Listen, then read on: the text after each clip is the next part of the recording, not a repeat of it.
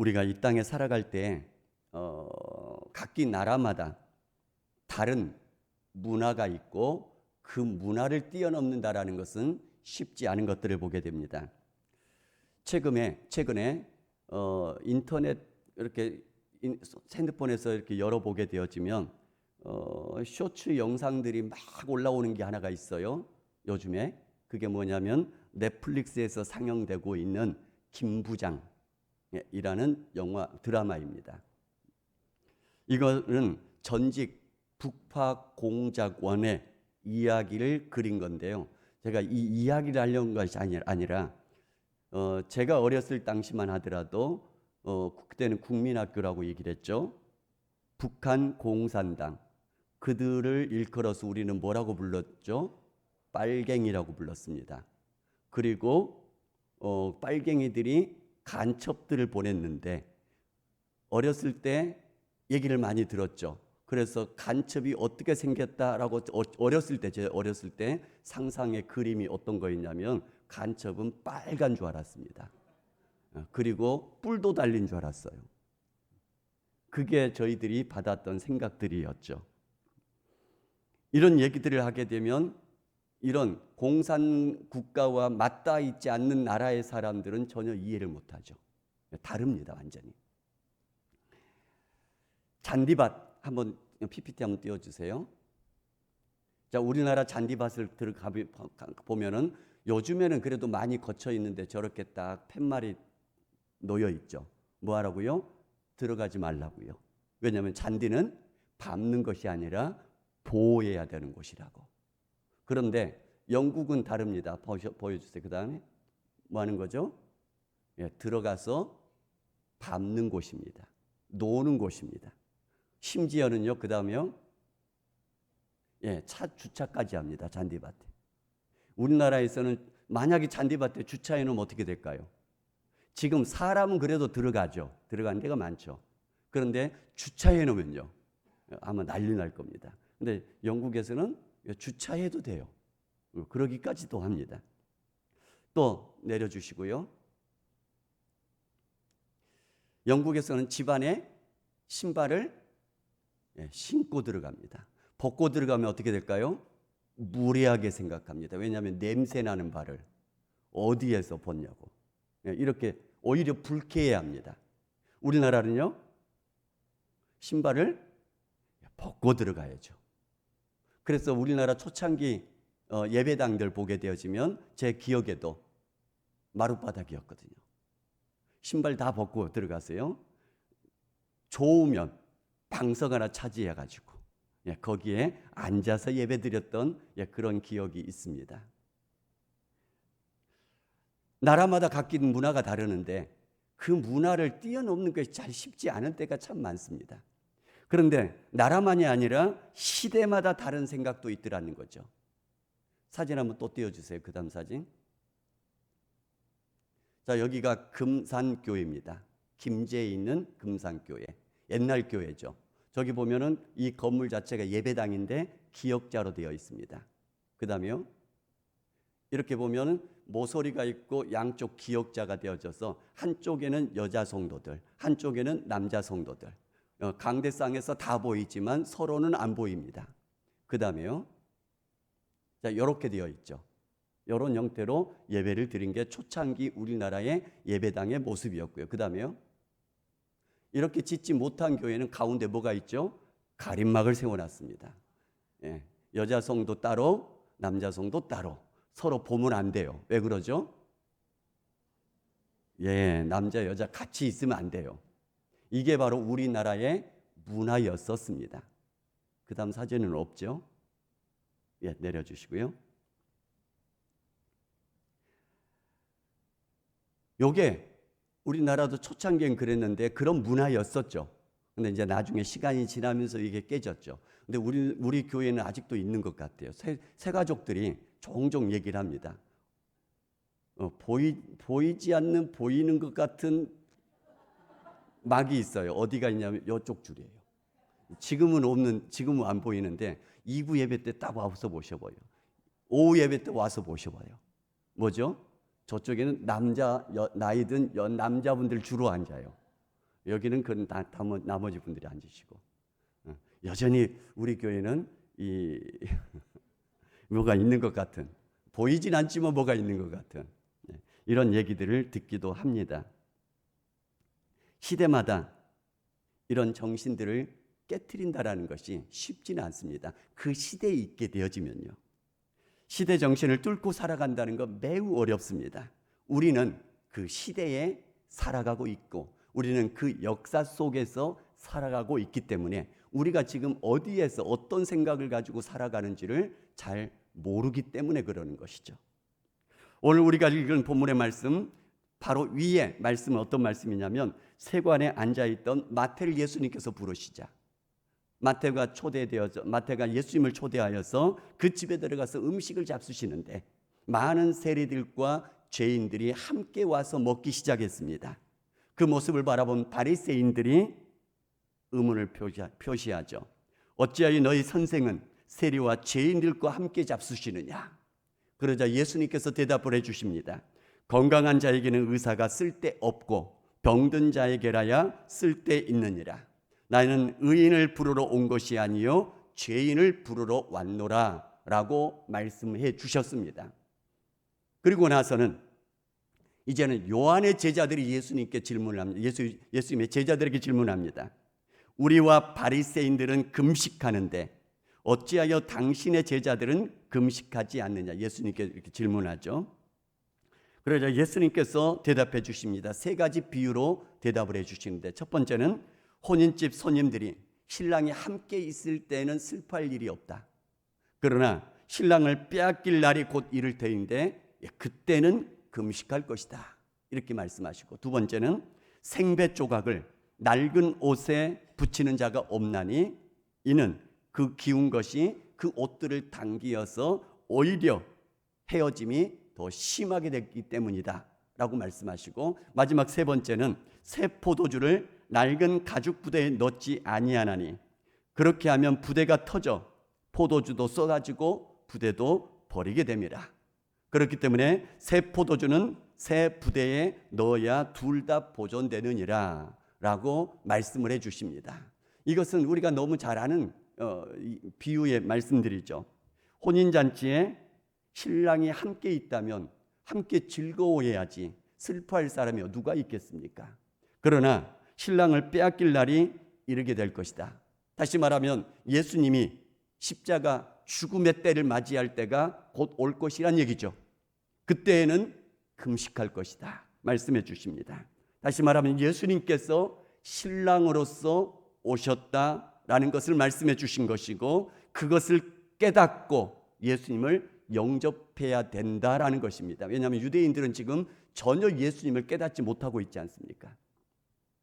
두 번째는 우리가 지금은 이제 덜하지만 예전에는 가난하게 살 당시에는 기호 입고 또 꼬매 입고 막 이러지 않습니까? 그러면 오래 옷을 입다 보면 바지 무릎 막 닳죠. 헤어지죠.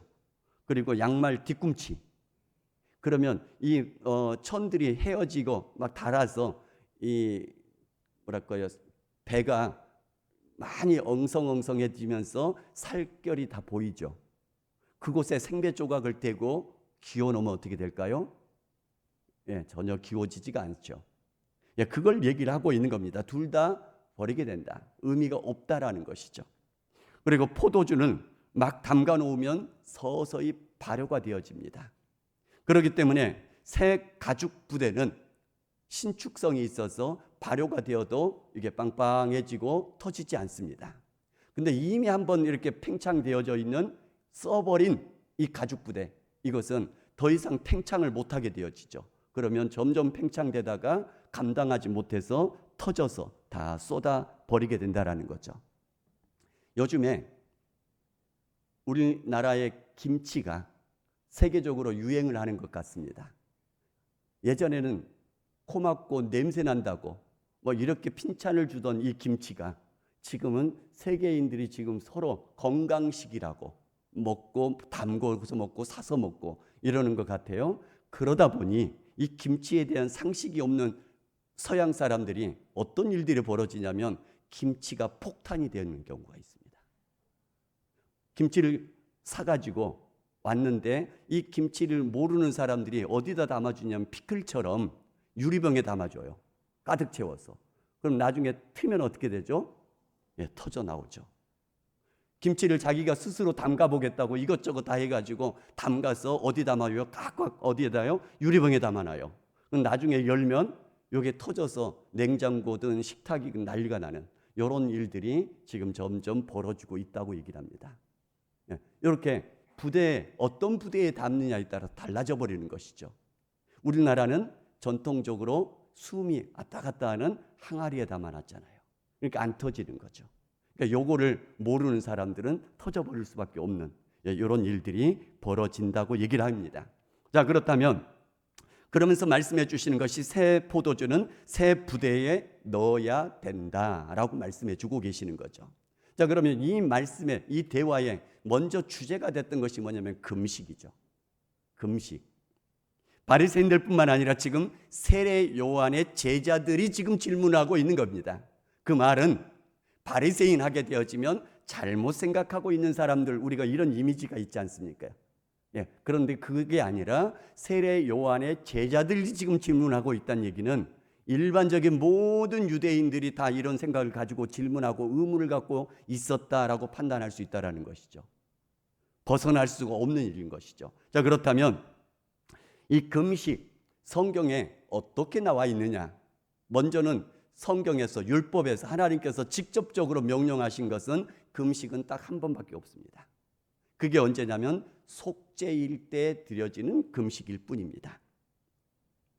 레위기서 16장에 보면 스스로 괴롭게 하라 이렇게 말씀이 나오는데요, 이것을 전통적으로 금식하라 이렇게 받아들이게 됩니다. 왜냐하면 시편 35편 13절에 보면 금식을 일컬어서 스스로를 괴롭게 하는 것이다 이렇게 표현이 되어 있거든요. 그렇기 때문에 금식은 레위기의 율법으로 16장에 한 번 스스로 괴롭게 하는 금식하라 명령이 한 번밖에 없습니다. 레위기서 23장에 보게 되면 금식은 만 하루 동안만 하라. 하루 24시간 하는 것이었습니다. 속죄일 금식의 율법이 나오는 것이고 단 한 가지 명령만 성경에 나와 있는 것이 바로 금식에 관한 율법입니다. 그러면 이 금식에 대한 유익이 무엇가 있느냐? 이사야서 58장에 보면 이스라엘 백성들이 금식하면서 변절이 되기 시작하는데 금식을 하면서 오락을 행합니다. 금식을 하면서 온갖 일들을 다 합니다. 금식을 하면서 논쟁을 하고 금식을 하면서 다투기도 하고 금식을 하면서 악한 주먹을 가지고 서로 싸우기도 하고 마음을 괴롭게 하는 금식이 아니더란 얘기죠. 이런 금식은 하나님께서 안 받으시겠다 말씀하시면서 반대로 내가 기뻐하는 금식은, 그러니까 하나님께서 기뻐하는 금식을 하게 되어지면 어떤 일들이 벌어진다라고 말씀해 주시냐면 흉악의 결박을 풀어줄 것이다. 멍에의 줄을 끌어줄 것이고 압제당하는 자를 자유하게 하며 모든 명예를 꺾는 것이 바로 바른 금식이다라고 말씀합니다. 우리 하나님께서 기뻐하는 금식을 하게 되어지면 내 빛이 새벽같이 비칠 것이고 하나님께서 기뻐하는 금식을 하게 되어지면 내 치유가 급속할 것이고 하나님이 기뻐하시는 금식을 하게 되어지면 내 공의가 내 앞에 행하고 여호와의 영광이 내 뒤에 호위하리니 내가 부를 때에는 나 여호와가 응답하겠고 내가 부르짖을 때에는 내가 여기 있다 라고 대답할 것이다 고 말씀하십니다. 그러니까 금식의 유익은 굉장히 큰 것이죠. 그러면 어떻게 하는 것이 하나님께서 기뻐하시는 금식이냐? 바로 줄인 자에게 내 양식을 나누어 주면서 금식하라는 얘기입니다. 유리하는 빈면을 집에 들이면서 금식하라는 얘기입니다. 헐벗은 자를 보면 입히면서 금식을 하는 것이고 내 권력을 피하여 스스로 숨지 않으면서, 다시 말하면 어려워하는 우리 권력 친척들이 있으면 도와주면서 금식하라는 얘기입니다. 모른 채 하지 말고. 그러니까 무슨 얘기냐면 금식, 하나님께서 기뻐하시는 금식은 뭐냐면은 하나님의 사랑을, 하나님의 자비를, 은혜를 베풀어 주면서 나누어 주면서 그렇게 금식하는 것을 하나님께서는 기뻐하는 금식으로 받으시고 놀라운 은혜를 베풀어 주실 것이다 이렇게 약속을 하고 계시는 것입니다.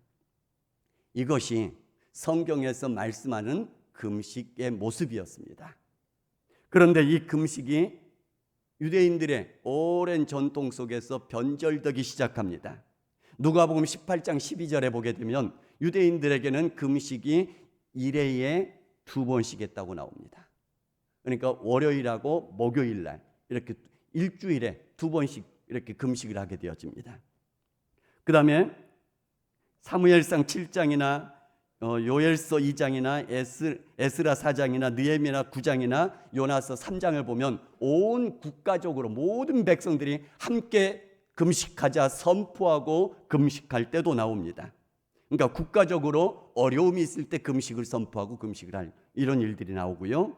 그 다음에 스가랴서 8장 19절에 보게 되면 넷째 달 금식, 다섯째 달 금식, 일곱째 달 금식, 열째 달 금식. 뭐라고 얘기했죠? 바로 예루살렘에 멸망되었던 것들을 기억하면서 하나님 앞에 금식하는 날들을 정해서 금식하기 시작했더라는 것이죠. 자, 그러다 보니까 예수님 시대 당시에 유대인들이 일반적으로 행하고 있었던 금식은 크게 세 종류가 있었습니다. 첫 번째는 율법에서 명백하게 명령하고 있는 율법에 따른 속죄일의 연일에 1년에 1회 한 번 하는 그런 금식이 있었고요. 두 번째는 국가적으로 금식을 하는, 그러니까 성전 파괴와 예루살렘이 멸망하는 것들을 기억하며 가는 금식들이 있었고요. 그 다음에 세 번째는 바리새인들의 자발적인 금식들이 생겨나기 시작했습니다. 주 위에 2번씩 하기 시작했고요. 경건의 상징으로 하기 시작했습니다. 사람들에게 인정받는 수단으로 금식을 하기 시작했다라는 거죠. 그렇기 때문에 사람들에게 알려야 되는 거죠. 알아주는 것들을 받기 위해서 하기 때문에. 그래서 사람들에게 티를 내야 하기 때문에 머리를 막 흐트러뜨립니다. 그리고 슬픈 표정을 하면서 그렇게 금식을 합니다. 그러자 예수님께서 나중에 뭐라고 책망하셨죠? 바로 단정히 행하고 사람들을 모르게 누구 앞에서만 하라고요? 하나님 앞에서만 금식하라고 그렇게 가르치시기도 하셨죠.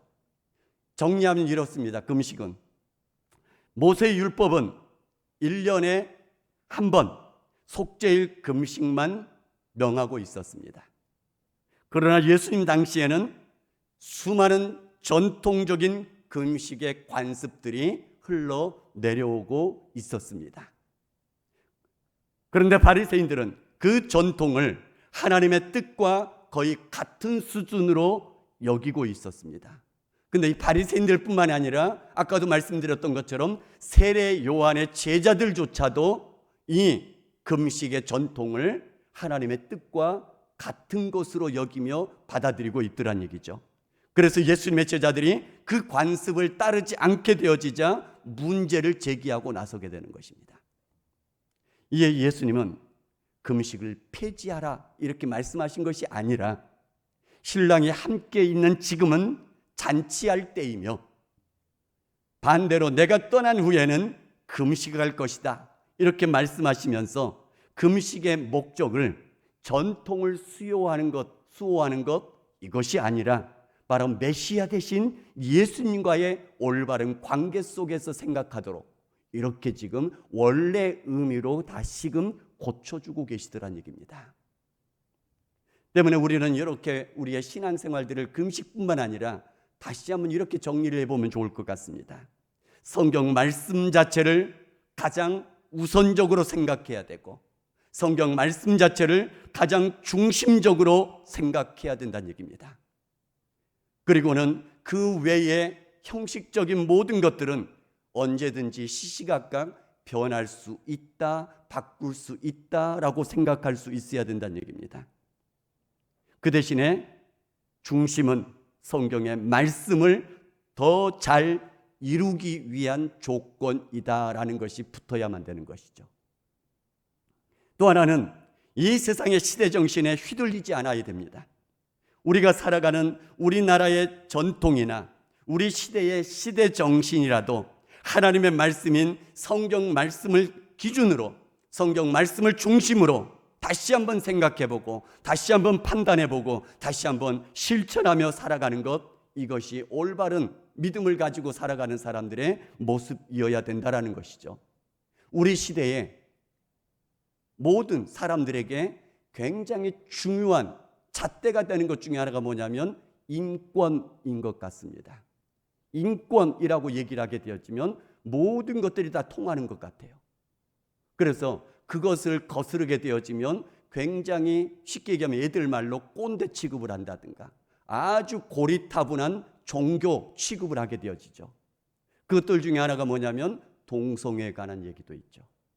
성소수자들, 그들을 자유를 보장해 줘야 된다 하면서 차별금지법이라든가 또는 그것을 이름을 바꿔서 평등법 이렇게 변화하여서 법을 제정하려고 하고 있는 것이죠. 그래서 그것이 성경적으로 틀린 것이다, 성경적으로 하나님께서 금한 것이다 라고 얘기를 하게 되어지면 바로 인권에 대한 감수성이 없다 하면서 옛날 사람 취급을 하고 고리타분한 종교 취급을 하고 말더란 얘기죠. 그러나 그게 아니란 얘기입니다. 하나님의 말씀이 우리에게는 중심이 되어야 됩니다. 하나님의 말씀의 잣대로 모든 것들을 우리는 세심하게 재단해 보아야 되는 것이고 그 말씀을 중심으로 살아가야 되는 것이죠. 뿐만 아니라 우리가 지금 행하고 있는 그 모든 것들도 하나님의 말씀의 잣대로 그 원래 의미를 바르게 가지고 가고 있는지 늘 우리는 점검할 수 있어야 될 것입니다. 자, 그렇다면 우리가 예배를 드리고 있지만 감격은 없다 생각해 봐야 된다는 얘기입니다. 기도는 하지만 하나님과의 깊은 교제는 없다 고민해 봐야 됩니다. 찬양은 하지만 영적인 기쁨은 없다. 봉사는 하지만 그 안에 사랑의 마음이 없다. 헌신은 하지만 예수님은 보이지 않는다. 만약에 이것이 우리 가운데 일어나고 있다면, 내 속에서 일어나고 있다면 이것들이 모두가 다 새 포도주를 낡은 부대에 담으려고 하는 그런 모양이 될 것이란 얘기입니다. 예수님은 금식을 문제 삼으신 것이 아니라 메시아가 오셨는데도 불구하고 여전히 옛날의 틀에만 사로잡혀 있고 옛날에 그 틀에만 머물러 있는 그 마음을 문제 삼고 지적하고 계신 것이란 얘기입니다. 오늘날에도 질문은 우리에게 끊임없이 해보아야 될 것입니다.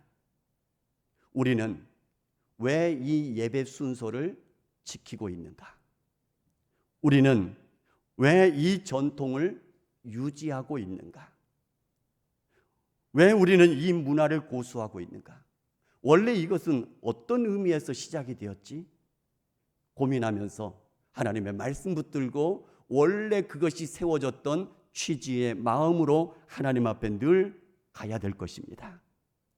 만약에 이런 질문 속에서 우리 마음속의 답이 원래 그렇게 해왔어 라는 답이 돌아온다면, 그런 답밖에 생각이 안 난다면 우리는 심각하게 생각해 봐야 될 거란 얘기죠.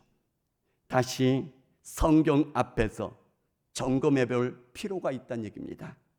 우리는 날마다 꾸준하게 계속해서 반복해서 점검하면서 무엇으로요? 성경 말씀으로 점검하면서 그렇게 가까이 나아가려고 애써가야 될 것입니다. 반대로 그 전통이 성경의 원리를 잘 구현하고 있다면 우리는 또 그것이 복음을 잘 선명하게 잘 드러내고 있는 것이라면 우리는 그것을 굳건하게 지킬 가치가 있는 것입니다. 우리의 모든 신앙생활하는 것들을 하나님의 말씀으로 점검해보며 내 마음과 내 생각이 하나님 앞에 나아가는 그 모든 것들도 원래 의미를 온전히 담아서 하나님께 나아가고 있는지 늘 점검하면서 우리 하나님께서 기뻐하시는 그런 모습으로 나아갈 수 있는 저와 여러분들 또 우리 온 교회가 될 수 있기를 주님의 이름으로 축복합니다. 같이 찬양